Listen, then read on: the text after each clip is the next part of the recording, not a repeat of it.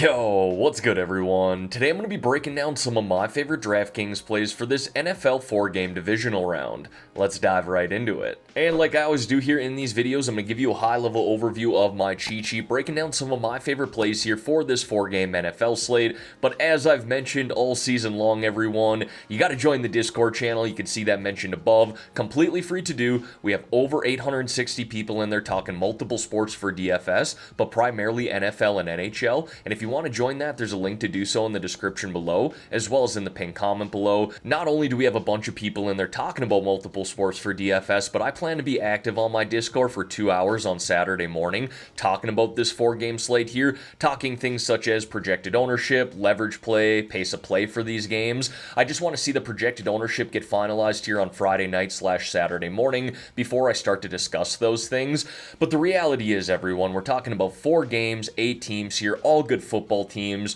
There's probably a case to be made to play pretty much every player on this 4-game slate. You can see I don't have Jared Goff and Lamar Jackson on this cheat sheet. That doesn't mean that I think they're bad plays. So again, that's a reason to join the Discord here, completely free to do. And if you want to join that, link to do so in the description below, as well as in the pinned comment below. With that being said, let's dive into the cheat sheet here. And again, I'm going to give you a high-level overview of this, highlighting some of my favorite plays, but that's not to say this is the only plays that I'm going to be playing on this slate. Again, it comes down to leverage. I'll be talking about that on Saturday morning in the Discord. But I love Josh Allen here this week. The primary reason for that is because if the Bills are going to win this game, he's likely going to need to have a superhero game, whereas that's probably not the case for Lamar, right? Derrick Henry could easily go for 100 rushing yards in this game, score multiple touchdowns, to where Lamar doesn't have to do that. And I guess James Cook could have a monster game here, but the reality is it's more than likely that Josh Allen needs to be a superhero in this game if the Bills want to win. This is a great spot for Jane Daniels. He's probably going to be the most popular quarterback on this 4-game slate, and that might be a reason to kind of pivot away from that, but this spot here against this Detroit defense just really makes sense. Not only has their secondary been kind of shaky this year, but they really struggle against rushing quarterbacks, or did throughout the regular season, so I love the upside here for Jane Daniels. You know, I talked about this in the first look earlier this week. When you have guys like Lamar, Josh Allen, Jane Daniels, those guys just bring you a different ceiling compared to most quarterbacks due to their rushing upside. And then Jalen Hurts, this is kind of a leverage play that I'm referring to here. He's not going to be too under-owned, but he's also not going to be the most popular quarterback on this slate, and everybody wants to play Saquon here this week, so I don't mind pivoting away from that and going with a stack like Jalen Hurts, A.J. Brown, Dallas Goedert, and kind of stacking up that side of things. I do like Patrick Mahomes here as well.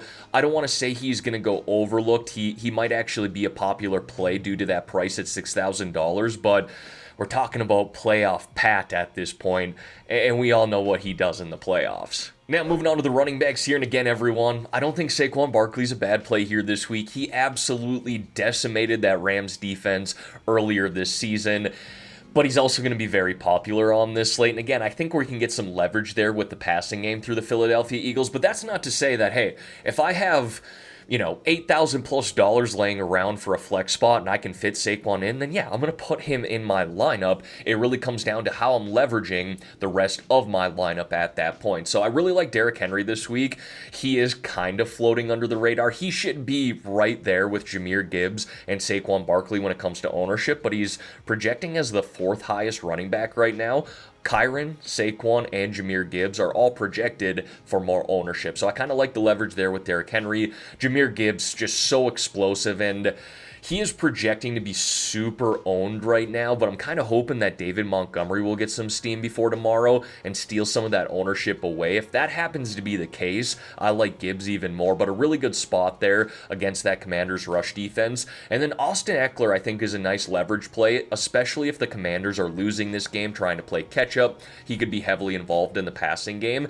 You know, I talked about this in the first look earlier this week as well. Justice Hill, I think, is an interesting play at $4,800 now. Now, his role significantly improves if the Ravens are losing here, but even so, he could be involved enough in this offense, see about 4 targets in this game, to where he could meet value at that price of $4,800. Now, folks, before we dive into some of these wide receiver plays here, if you could like this video and subscribe to the channel, I would greatly appreciate that. It's completely free to do, and every like, comment, and sub that you guys leave truly helps me out. I know the NFL season is coming to an end here, but if you could show some love here on this channel, again, I would really appreciate it. All right, now diving into these wide receiver plays here, I kind of like Nico Collins and A.J. Brown as pivot plays this week, or leverage plays. I don't want to sound like a broken record talking about that, but Puka Nacua is going to be super popular here this week, and I kind of like getting away from that and Amon-Ra St. Brown, targeting A.J. Brown and Nico Collins here, all relative in that 7K range for a wide receiver play, but again, it really just comes down to your roster construction. If you want to stack up Jared Goff with Jahmyr Gibbs and Amon-Ra St. Brown, I don't think that's a bad play.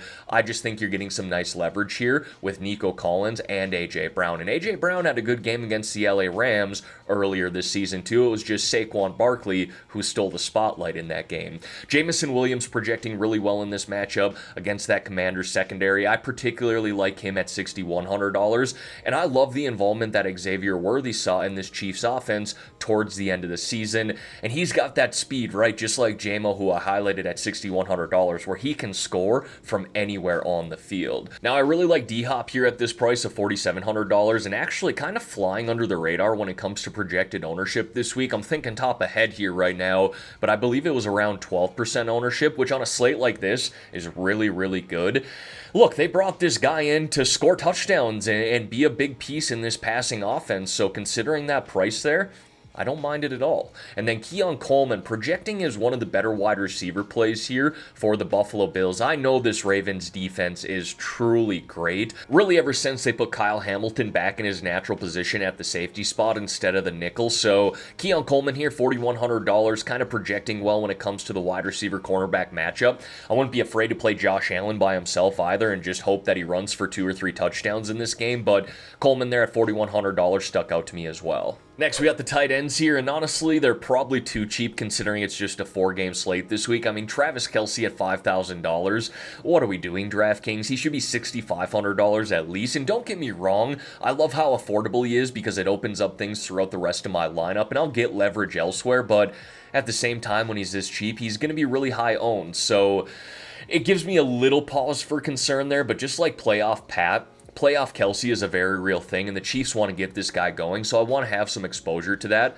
Mark Andrews is kind of surprisingly flying under the radar here. Again, I don't want to say he's going to be super underowned because that's not the case. It's just a 4-game slate, but he's also not projecting to be as high owned as he probably should, and I don't mind this matchup for him against the Buffalo Bills. Dallas Goedert, I like this spot here against this Rams defense as well. Him, just like Mark Andrews, probably projecting for too low ownership, and I want to have exposure to that at $3,900.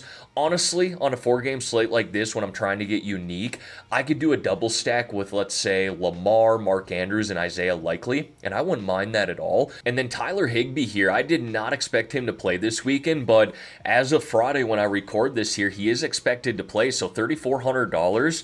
I kind of like that price. He was super involved in that game against Minnesota right off the bat, and then he got injured. So if he has a similar role here this weekend, we could be getting some nice value there at that price. And then when it comes to the defenses, everyone, Chiefs and Eagles are projecting well just based off of the Vegas odds. Texans are coming off that game against the Chargers where they just played fantastic football.